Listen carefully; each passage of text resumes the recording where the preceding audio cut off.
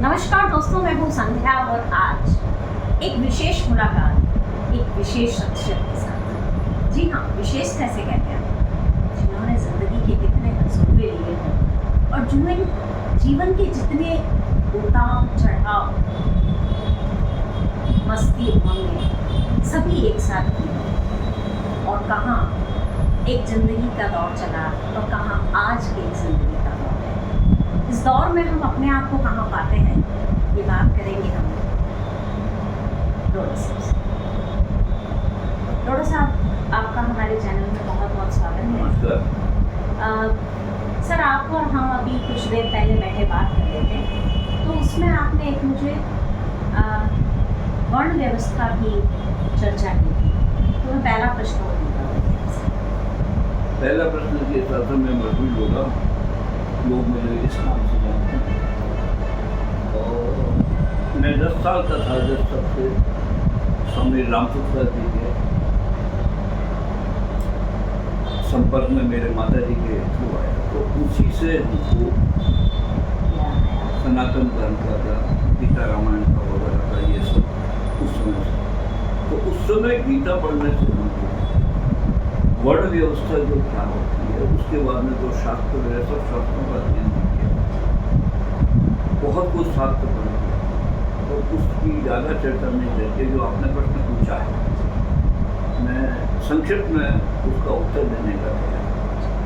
आज के जो माहौल चल रहा है, राजनीतिक माहौल, और उस समय की वर्ण व्यवस्था, आज अगर उस समय की वर्ण व्यवस्था को आज के दिन में कोई सरकार ने अपना लिया, तो मेरे हिसाब से कहीं कोई अशांति नहीं होगी, कहीं किसी भी वर्ग में, किसी भी जाति में किसी तरह का भेदभाव नहीं होगा।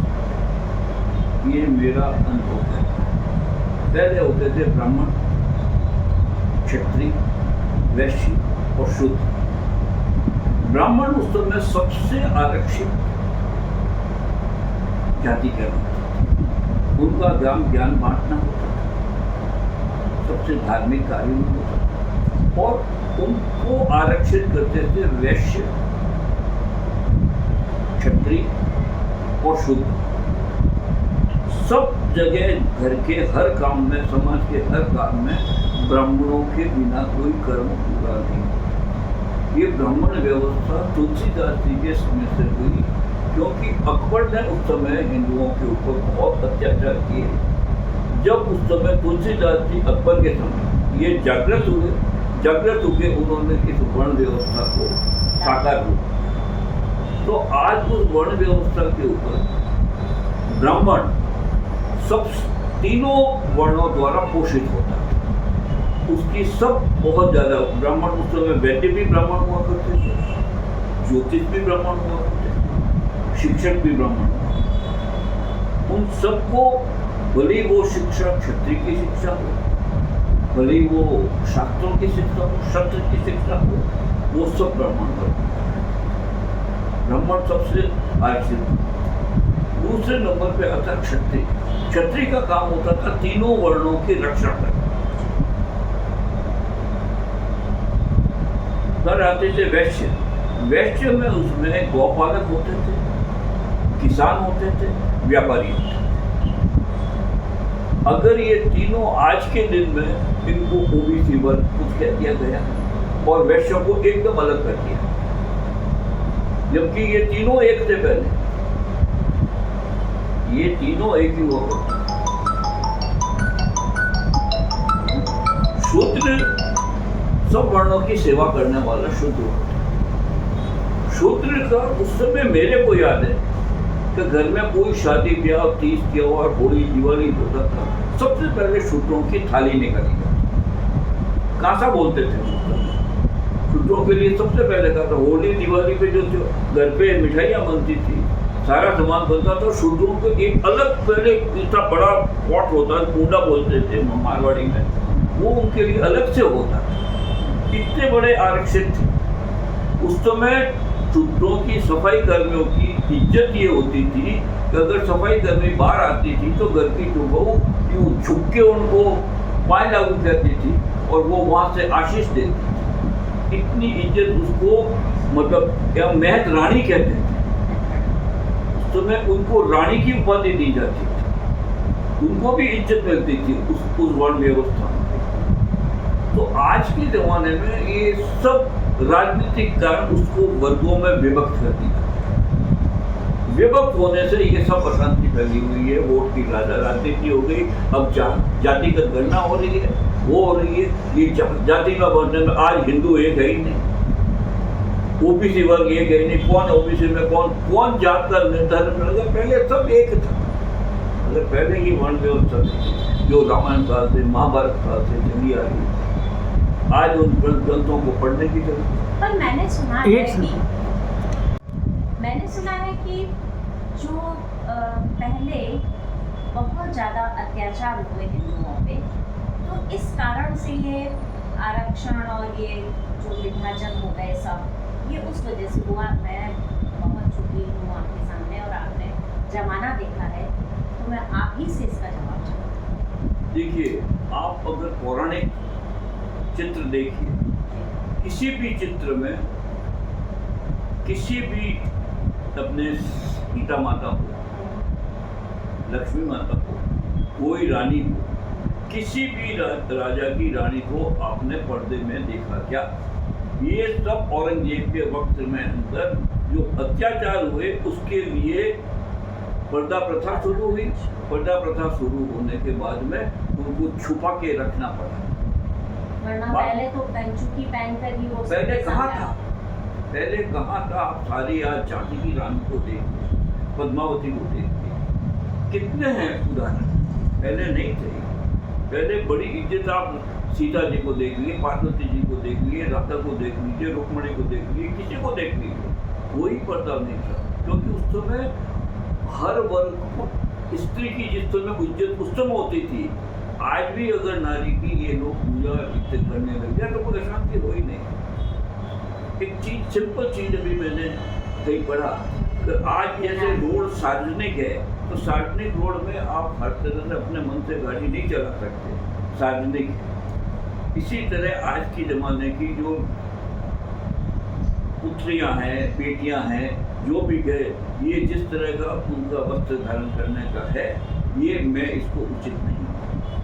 आजकल की जो मित्रता का एक फॉर्म चला है, वो मित्रता का फॉर्म ऐसा हुआ है सर कि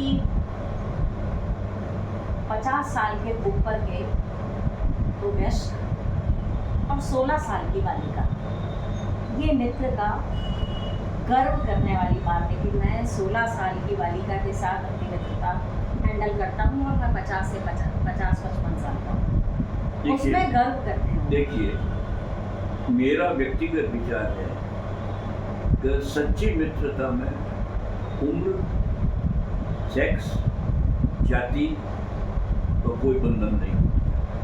या दो विचार मिलते हैं, विचारों का मेल ही मित्रता का मूल मंत्र है।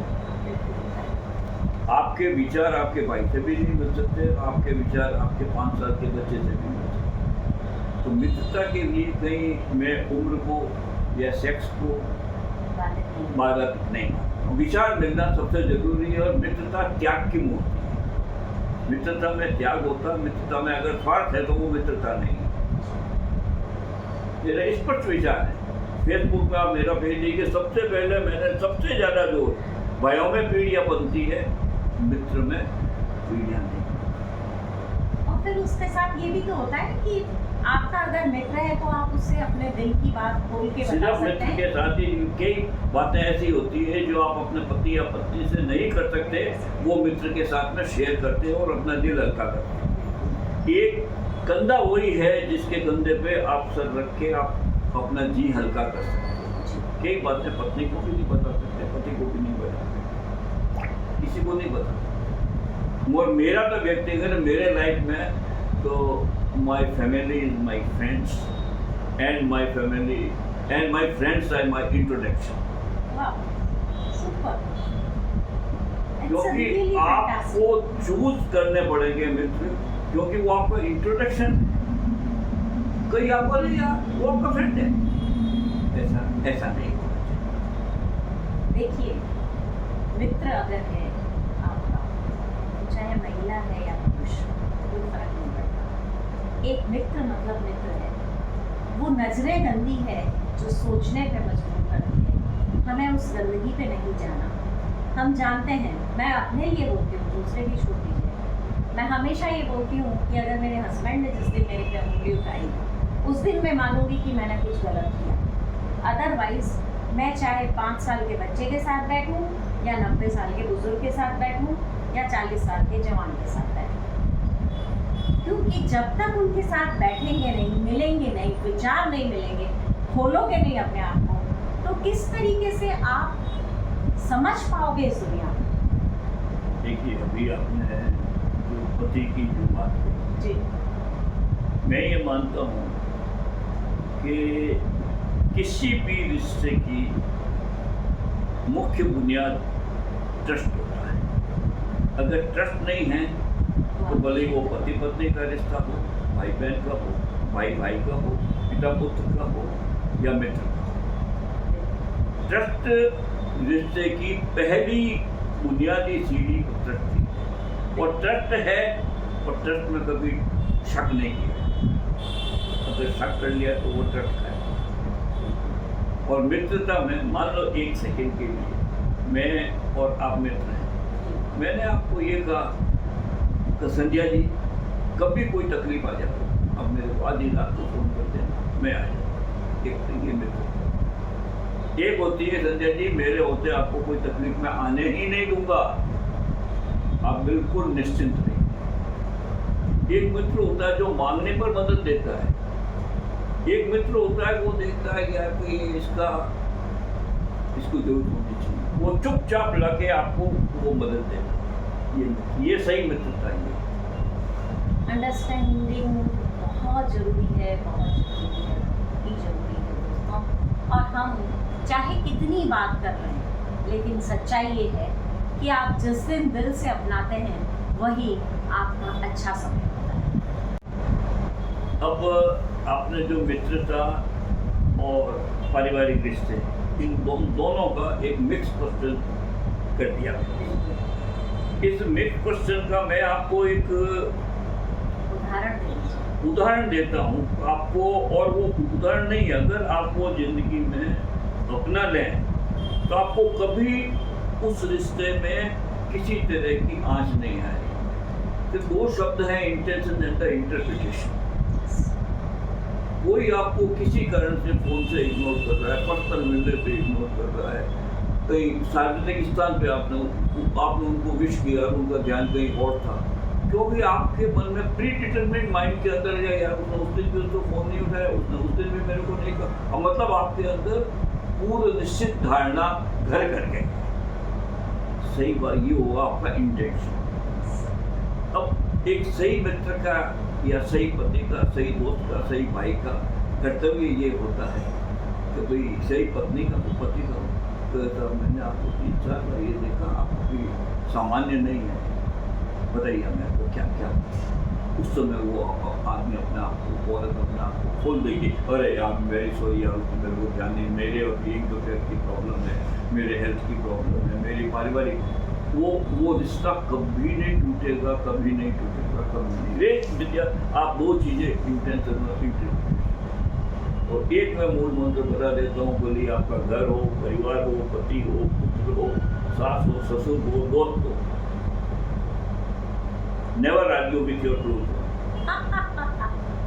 It's really fantastic, really fantastic. Never argue with your close one. You can know you can win the situation, but lose your close one.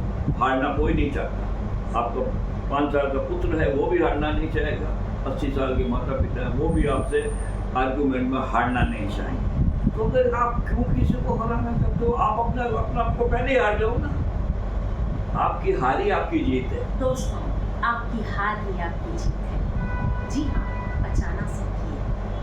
इस रोड़ा साहब की जो ये बात है ना, ये जीवन में घर कर जाए तो सच कहती हूँ, किसी पर आप सबके साथ हंसेंगे, किसी पर नहीं हंसेंगे। बस किसी के साथ हंसो ना, किसी के ऊपर क्यों हंसते हो?